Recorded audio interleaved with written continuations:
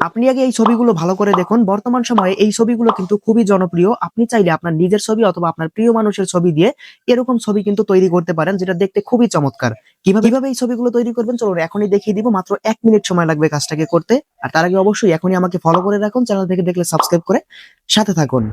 তো এবারে প্রথমে আপনি জিমিনি অ্যাপটাকে ওপেন করবেন, এরপর নিচ থেকে এই অপশনটার উপরে ক্লিক করে এখান থেকে ক্রিয়েট ইমেজ এই অপশনটাকে সিলেক্ট করবেন। এরপরে আপনি এখান থেকে এই যে নিচে প্লাস আইকন রয়েছে এখানে ক্লিক করে গ্যালারিতে গিয়ে আপনি যে ছবিটা দিয়ে এরকম ছবি তৈরি করতে চান সেই ছবিটাকে সিলেক্ট করবেন, নিচ থেকে ডানে ক্লিক করবেন।